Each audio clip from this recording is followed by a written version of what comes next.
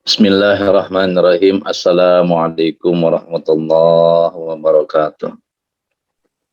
Waalaikumsalam.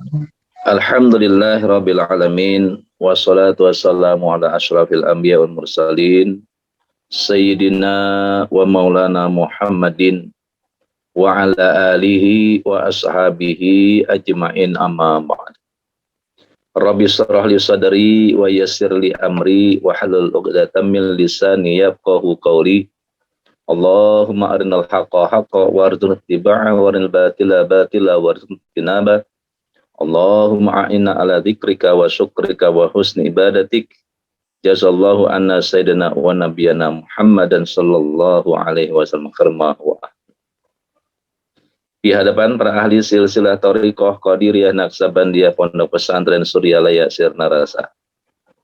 Wabil khusus Syekhina wa murabbiruhina Sultan Aulia fi hadzal zaman As-Sayyid Maulana Muhammad Abdul Ghawsafullah Masdul Qadasallahu sirahum yanfa'una bi asrarihim wa anwarihim wa ulumihim wa nafahatihim wa barakatihim fid dini wa dunya wal akhirah. Al-Fatihah. A'udzu billahi minasyaitonir rajim. Bismillahirrahmanirrahim. Alhamdulillahirabbil alamin arrahmanir rahim maliki yaumiddin. Iyyaka na'budu wa iyyaka nasta'in ihdinas siratal mustaqim siratal ladzina an'amta 'alaihim ghairil maghdubi 'alaihim waladdallin. Para kiai, para asatidzah, para dai wa da'iyah, para hujaj wal hujajah, para ikhwan dan akhwat, wabil khusus para wakil talqin, para petugas manakib, dan juga pemangku manakib yang dirahmati oleh Allah, senantiasa diistiqomahkan, dipanjangkan umur kita semuanya, diberikan kesehatan yang sempurna, diberikan segala kemudahan dalam segala urusan kita, diberi rezeki yang banyak, yang berkah, yang halal, yang melimpah, dikabulkan segala doa-doa kita semuanya, dipenuhi hajat-hajat kita, hajat dunia, hajat akhirat, hajat pribadi, dan hajat keluarga kita semuanya. Al-Fatihah. A'udzubillahi minasyaitonirrajim. Bismillahirrahmanirrahim. Alhamdulillahirabbil alamin arrahmanirrahim maliki yaumiddin. Iyyaka na'budu wa iyyaka nasta'in ihdinas siratal mustaqim siratal ladzina an'amta 'alaihim ghairil maghdubi 'alaihim waladdallin. Alhamdulillah, pada hari ini, di sore hari, kita masih dikumpulkan dalam udaranya Allah Subhanahu wa Ta'ala dalam rangka kita mengikuti ajaran thariqah Qadiriyah Naqsabandiyah Pondok Pesantren Suryalaya dalam acara manakib Tuan Syekh Abdul Qadir Jailani dan manakibnya para ahli silsilah thariqah Qadiriyah Naqsabandiyah Pondok Pesantren Suryalaya, wabil khusus manakibnya Tuan Guru Agung kita Sayyid Maulana Muhammad Abdul Ghawsafullah Masdul.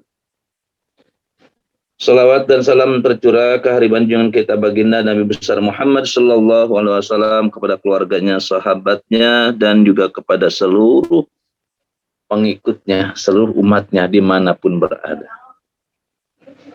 Dalam kesempatan bulan Safar, di hari-hari terakhir ini, kita mari mentelaah yang diajarkan oleh guru agung kita dalam karya agungnya, yaitu Riyadhatun Nafsi, huruf Ra. Safar terdiri daripada 3 huruf, huruf Shad, huruf Fa, dan huruf Ra. Safaul qalbi, fana'un nafsi, sudah dibahas. Sekarang Riyadhatun Nafsi. Riyadhah ini dalam rangka kita latihan. Riyadhatun Nafsi, latihan ruhaniyah. Kalau latihan raga, latihan jasad, kita itu berolahraga. Ada senam, ada jogging, dan sebagainya. Tapi riyadhun nafsi wahia bil istiqomati fi imtisali awamirillah wajtinabi nawahihi. Sedangkan riyadhah nafsi ini yaitu dengan istiqomah dalam melaksanakan perintah Allah dan menjauhkan larangan-larangan Allah Subhanahu wa taala. Perintah Allah tentunya hal-hal yang wajib kita kerjakan. Sedangkan larangan-larangan Allah adalah hal-hal yang wajib kita hindari. Bagaimana ma'atah dibiha wa tazkiyatiha an akhlakil mazmumah ilal akhlakil mahmudah.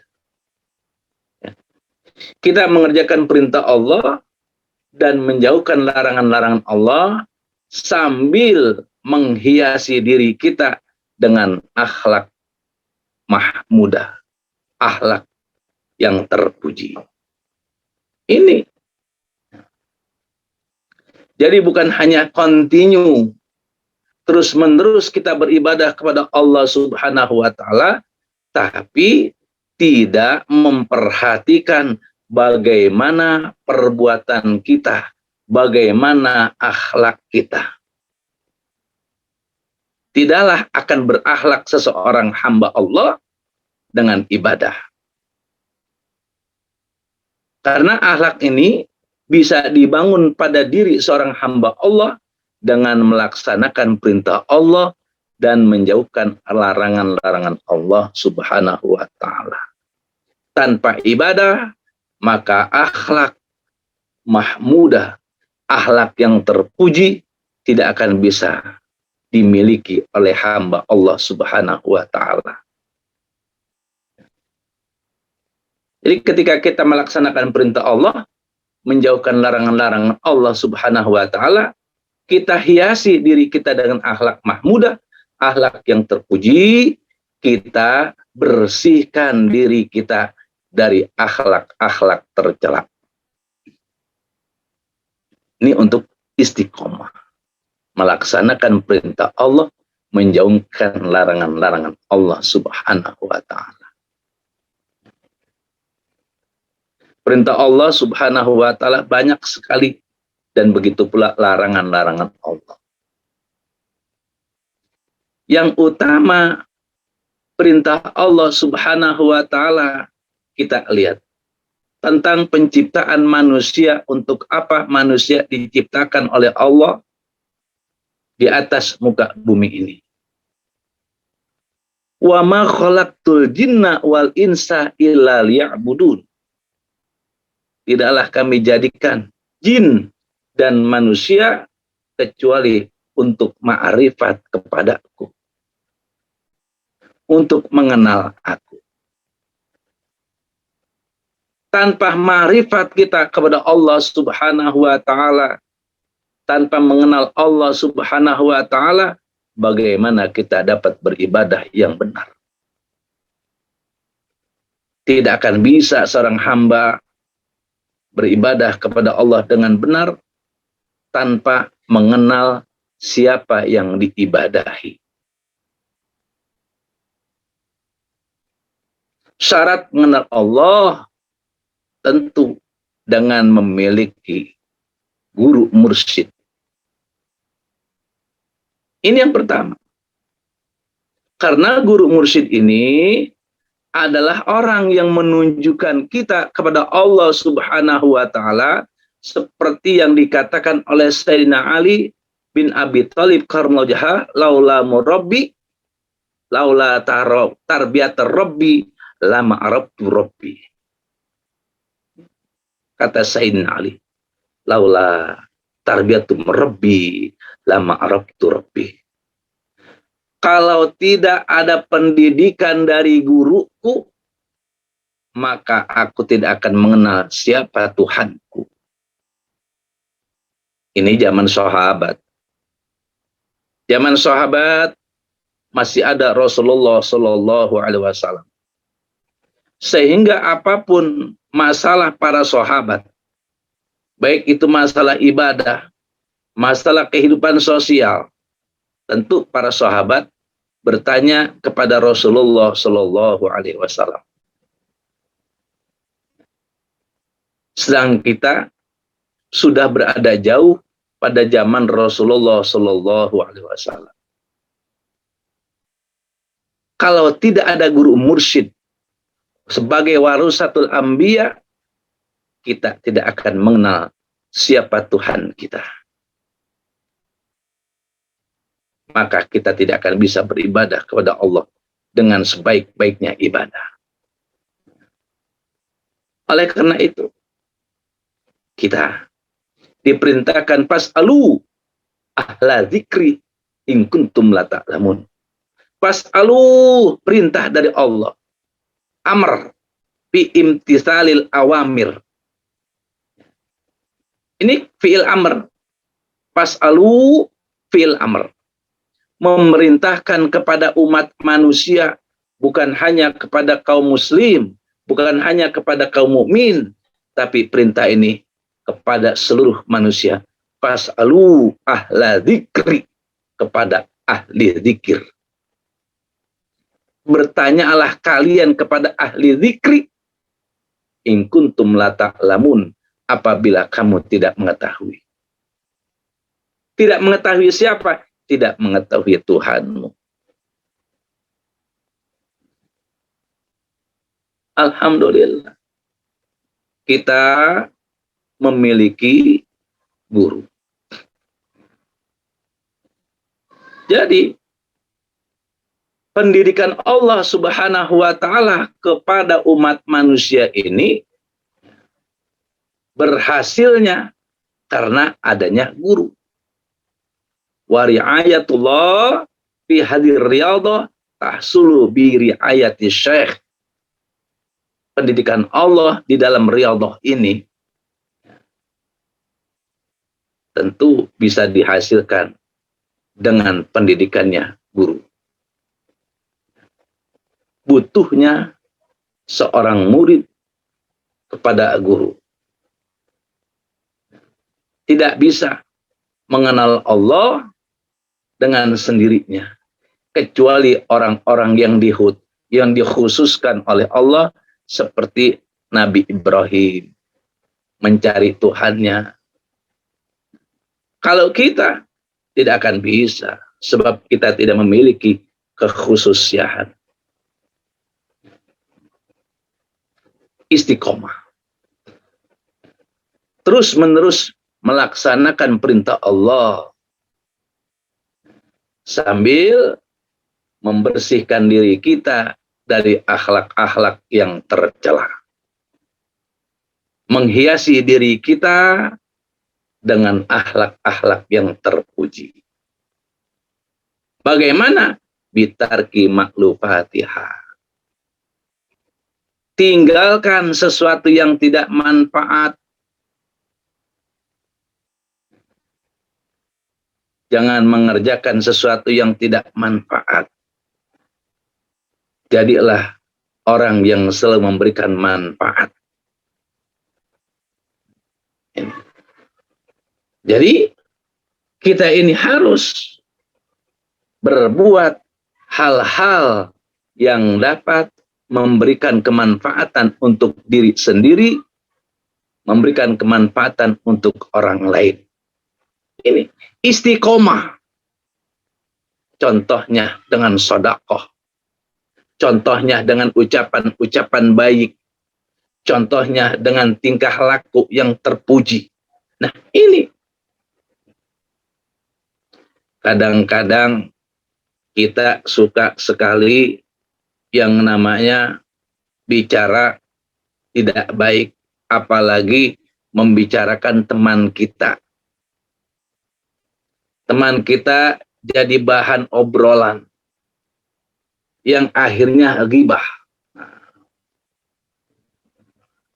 Ini yang dilarang. Kalau kita sering ghibah, akhlak kita buruk, perbuatan kita tercela, maka mustahil kita bisa mengenal Allah Subhanahu wa Ta'ala. Sedangkan tujuan riyadatun nafsi adalah untuk mengenal Allah Subhanahu wa Ta'ala, untuk ma'rifat kepada Allah Subhanahu wa Ta'ala.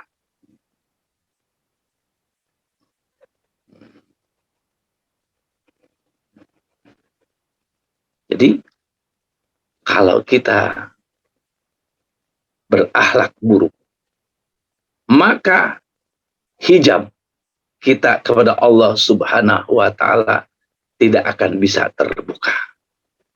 Bukan Allah yang menghijab kita, tapi kitalah yang dihijab oleh Allah Subhanahu wa Ta'ala. Kita yang menutup diri dari Allah Subhanahu wa Ta'ala. Bukan Allah yang menutupi diri, tapi justru kitalah yang menutupi diri. Oleh karena itu, ya, mintalah kepada Allah keistiqomahan.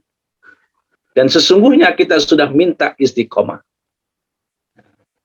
Iyyaka na'budu wa iyyaka nasta'in ihdinas siratal mustaqim.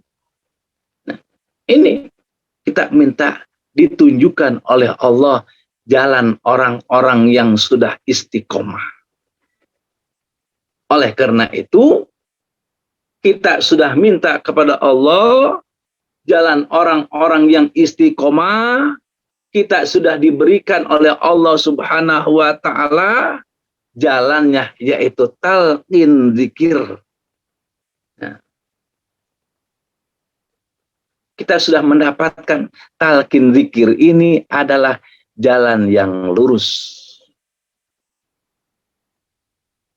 Bukan hanya jalan yang lurus kita diberikan oleh Allah Subhanahu wa Ta'ala, tapi sebagai imam kita di jalan yang lurus pun sudah diberikan oleh Allah Subhanahu wa Ta'ala, yaitu adanya Pangersa Guru Agung Syekh Maulana Muhammad Abdul Ghaus. Ini sebagai murabi kita, sebagai orang yang menunjukkan kita kepada jalan Allah Subhanahu wa Ta'ala. Alhamdulillah, kita sudah mendapatkan semuanya. Jadi dikatakan wa yuqalu istiqomah fil aqwali bitarkil ghibah. Jadi istiqomah di dalam ucapan kita itu meninggalkan ucapan-ucapan buruk, meninggalkan ucapan-ucapan ghibah. Ini istiqomah. Kita isi, kita lilit lidah kita dengan ucapan la ilaha illallah. Agar senantiasa lidah kita selalu berucap dengan ucapan yang baik, meninggalkan ucapan yang buruk, maka kita lilit dengan zikir yang telah ditalqinkan oleh guru agung kita. Ketika kita berzikir dengan zikir jahar, maka lidah kita terlilit dengan zikir tersebut. Tidak ada ucapan yang kita keluarkan kecuali ucapan yang baik-baik. Sebab dikatakan, ucapan pun yang kita ungkapkan adalah ucapan Allah Subhanahu wa Ta'ala yang ditanamkan di dalam kalbu kita. Doa kita, ucapan baik kita, ini adalah ucapan-ucapan yang sudah ditanam oleh Allah Subhanahu wa Ta'ala di dalam kalbu kita. Maka tinggal kita keluarkan ucapan tersebut. Jangan terpengaruh oleh bisikan-bisikan, bujukan-bujukan dari setan. Kadang ucapan kita dihias-hiasi, dibelok-belokkan oleh siapa? Oleh nafsu yang mendapatkan bisikan dari setan. Oleh karena itu, ketika kita akan berbicara, ketika kita akan ngomong sama siapapun, kita pikirkan dulu ucapan kita menyinggung atau menyenangkan orang yang kita ajak bicara. Ketika kita berbicara dengan teman kita, memuji Allah atau mencela Allah. Tidak sedikit orang yang ngobrol pada hakikatnya adalah mencela Allah Subhanahu wa Ta'ala. Tidak terima dengan apa yang Allah berikan kepada orang lain.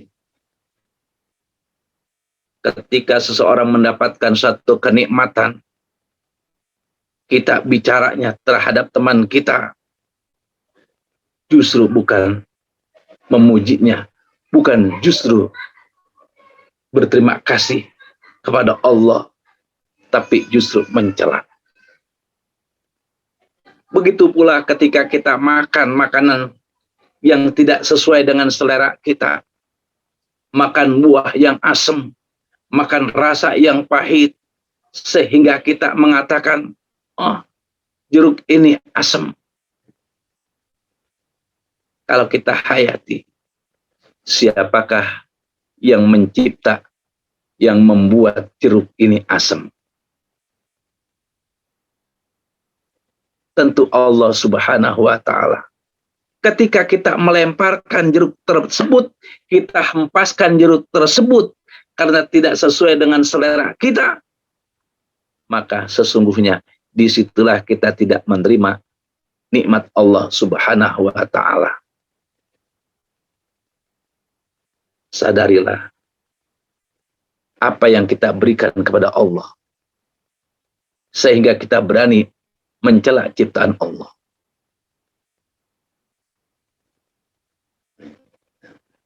Hati-hati.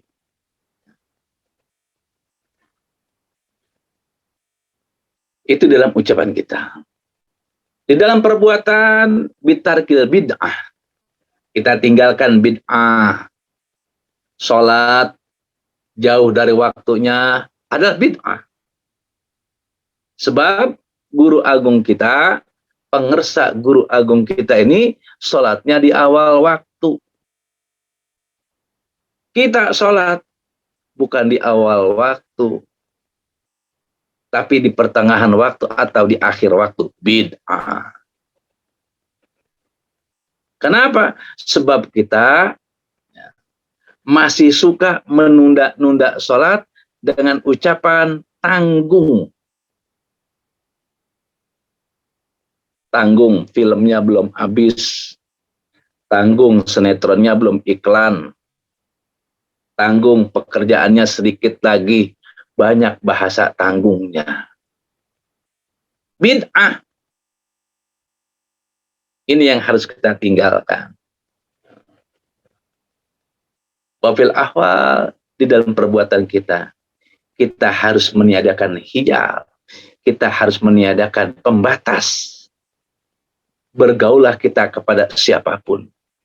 Baik si kaya, si miskin, si cantik, si jelek, si ganteng, si tampan. Bergaulah kepada siapapun. Ya. Bersosialisasi.